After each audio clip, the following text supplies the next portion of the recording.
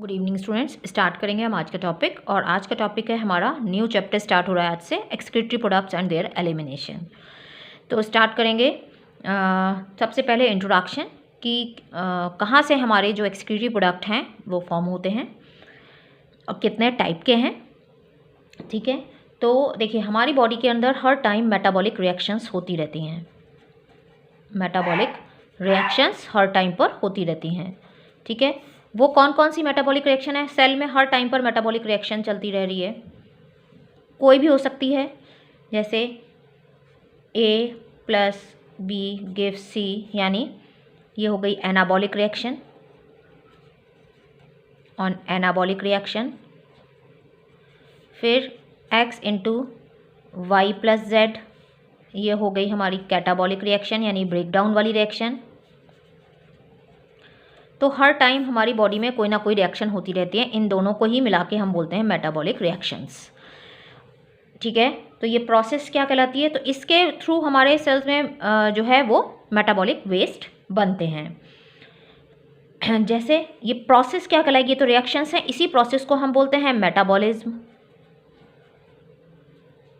ठीक है, और ये एनाबॉलिक रिएक्शन ही हमारा जो प्रोसेस हो गई वो गया एनाबॉलिज्म, कैटाबॉलिक रिएक्शन होगी कैटाबॉलिज्म, और दोनों को मिला के हो गया मेटाबॉलिज्म। सो जैसे सेल के अंदर मान लो फूड का ब्रेकडाउन हुआ, ग्लूकोज है, ग्लूकोज प्लस ऑक्सीजन, हम ये पूरा पढ़ चुके हैं, ब्रेकडाउन हुआ, कार्बन डाइऑक्साइड बना, वाटर बना, प्लस एनर्जी बनी, एटीपी के फॉर्म में स्टोर हुई। ये जो कार्बन डाइऑक्साइड है ये हो गया मेटाबॉलिक वेस्ट।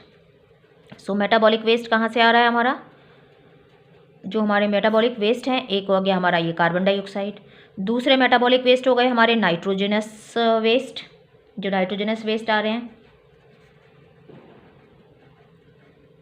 जैसे नाइट्रोजनस वेस्ट, जो नाइट्रोजन प्रोडक्ट हैं उनको बॉडी से बाहर निकालना। सो ये हमारे बॉडी में मेटाबॉलिक वेस्ट बनते रहते हैं, जो नाइट्रोजनस वेस्ट हैं या ये कार्बन डाइऑक्साइड है। सो इनको बॉडी से बाहर निकालने को ही हम बोलते हैं एक्सक्रीशन। सो अब ये वेस्ट कहाँ से बने? मेटाबॉलिक प्रोसेस के थ्रू, है ना, मेटाबॉलिक प्रोसेस के थ्रू ही बन रहे हैं, ये हमारी मेटाबॉलिक प्रोसेस है, ये हमने अभी एक की बात की है। सो waste produced due to metabolic reactions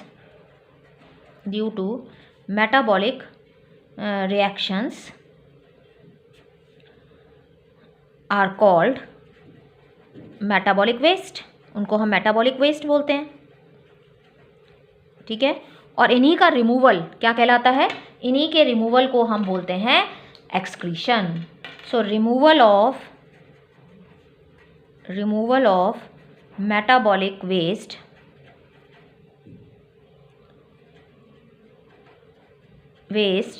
from the body is called excretion। ठीक है, इसको हम बोलते हैं एक्सक्रीशन, कि बॉडी से मेटाबॉलिक वेस्ट को बाहर निकालने को ही हम एक्सक्रीशन कहते हैं।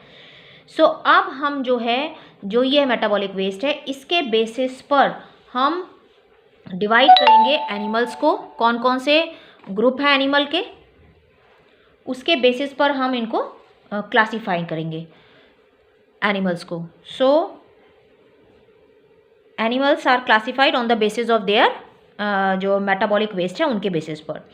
तो हम 3 कैटेगरी में इनको डिवाइड करते हैं। Animals are classified on the basis of their main excretory product. उनका क्या मेन एक्सक्रीटरी प्रोडक्ट है, उसके बेसिस पर हम उसको डिवाइड करेंगे 3 कैटेगरी के अंदर। ठीक है, सो फर्स्ट जो कैटेगरी है वो है अमोनिया। जो अमोनिया है वो सबसे ज़्यादा टॉक्सिक है, ये सबसे ज़्यादा मोस्ट टॉक्सिक फॉर्म है नाइट्रोजनस वेस्ट की। मोस्ट टॉक्सिक फॉर्म है ये नाइट्रोजनस वेस्ट की, और इसको सबसे ज़्यादा पानी चाहिए बॉडी से बाहर निकालने के लिए। तो हम तो इसको निकालने के बारे में सोच ही नहीं सकते, नहीं तो सारा दिन हमें टॉयलेट में ही बैठे रहना पड़ेगा। Form most toxic form and requires large amount of water,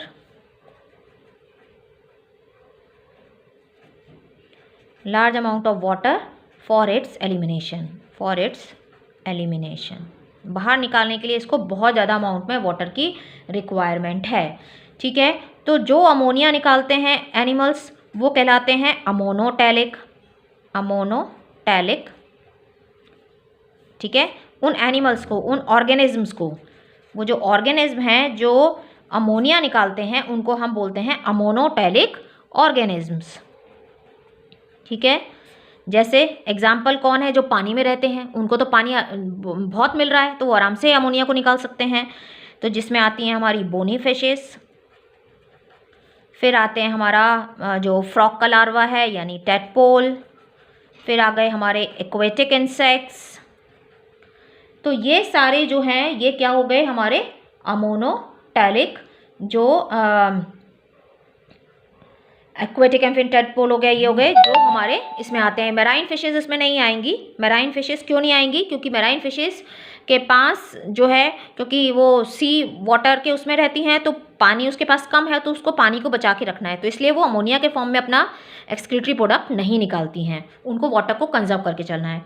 तो ये हो गया। और ये प्रोसेस रिमूवल ऑफ अमोनिया जो है वो क्या कहलाती है, प्रोसेस को हम बोलते हैं। जो रिमूवल ऑफ अमोनिया की प्रोसेस है जो ये ऑर्गेनिज्म करते हैं, इस प्रोसेस को हम बोलते हैं अमोनोटैलिज्म, अमोनोटैलिज्म। ये प्रोसेस जो है, ये प्रोसेस कहलाती है अमोनोटैलिज्म।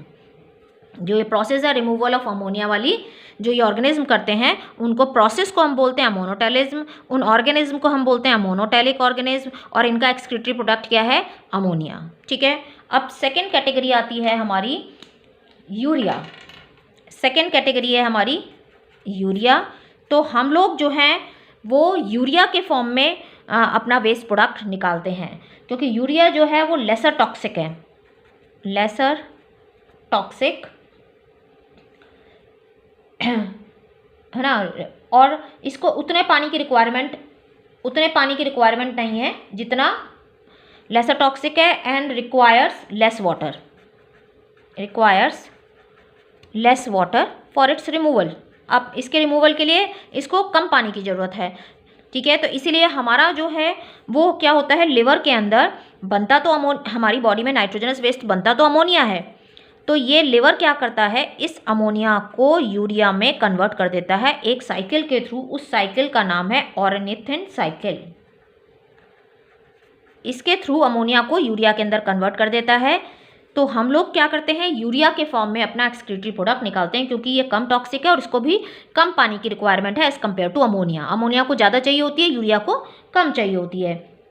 तो हम लोग इसके फॉर्म में निकालते हैं, यानी मैमल्स। और कौन है इसमें, मैमल्स हो गए आपके, और आ गई आपकी जो मैराइन फिशेस हैं वो, ये सारे जो हैं इसके फॉर्म में यानी यूरिया के फॉर्म में बाहर निकालते हैं अपना एक्सक्रीटरी प्रोडक्ट। ठीक है, सो मैराइन फिशेस आ गई, और जो टेरेस्ट्रियल एम्फीबियंस हैं, टेरेस्ट्रियल जो एम्फीबियंस हैं, टेरेस्ट्रियल एम्फीबियंस हैं वो भी यूरिया को अपनी बॉडी से बाहर निकालते हैं। तो हम क्या कहलाते हैं, हम कहलाते हैं यूरियोटैलिक, यूरियोटैलिक ऑर्गेनिजम्स। ठीक है, और ये प्रोसेस क्या कहलाएगी, इसके रिमूवल की जो प्रोसेस है, यूरियोटैलिज्म लगा दो सबके आगे, प्रोसेस में लगा दो टैलिज्म और ऑर्गेनिज्म में लगा दो टैलिक, तो प्रोसेस हो गई यूरियोटैलिज्म। ठीक है, तो प्रोसेस हो गई यूरियोटैलिज्म। इस प्रोसेस को बोलते हैं हम यूरियोटैलिज्म, यानी इस प्रोसेस को, यानी यूरिया रिमूवल की जो प्रोसेस है वो हो गई यूरियोटैलिज्म, ऑर्गेनिज्म क्या हो गए, यूरियोटैलिक। जैसे वो अमोनोटैलिक, प्रोसेस अमोनोटैलिज्म, क्या है अमोनिया, यहाँ यूरिया रिमूव कर रहा है, ऑर्गेनिज्म हो गई यूरियोटैलिक और प्रोसेस हो गई यूरियोटैलिज्म। अब थर्ड आती है हमारी थर्ड कैटेगरी है यूरिक एसिड, यूरिक एसिड।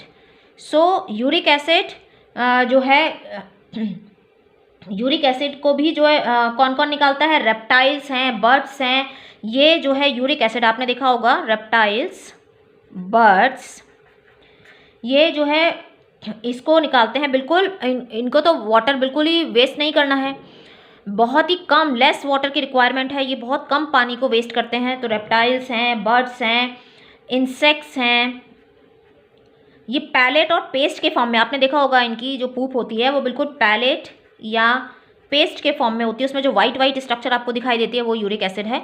तो ये पैलेट और पेस्ट के फॉर्म में अपना वेस्ट प्रोडक्ट रिमूव करते हैं, क्योंकि जिससे कि ये लेस वाटर की रिक्वायरमेंट होती है इसको रिमूव करने के लिए, लेस वाटर की रिक्वायरमेंट है, तो बिल्कुल पेस्ट के फॉर्म में इसको ये बाहर निकालते हैं ताकि लेस वाटर यूज़ हो सके।